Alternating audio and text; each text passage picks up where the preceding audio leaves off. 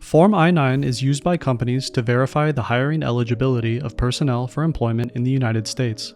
pdfFiller provides you with an up-to-date fillable template of Form I-9 that you can easily complete, sign, and submit online.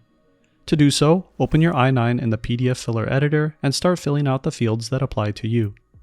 Section 1 of the form is filled out by the employee. He or she must provide their full name, address, date of birth, social security number, and contact information. Employees are also required to specify their citizenship status in boxes 1 through 4. Once finished, the employee signs and dates the form and passes it to the hirer.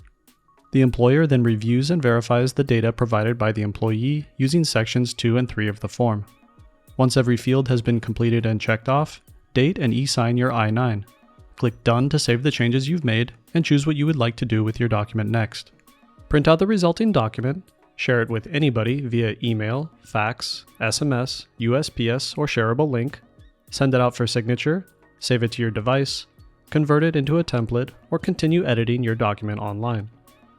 Give pdfFiller a try and start saving your time and resources today.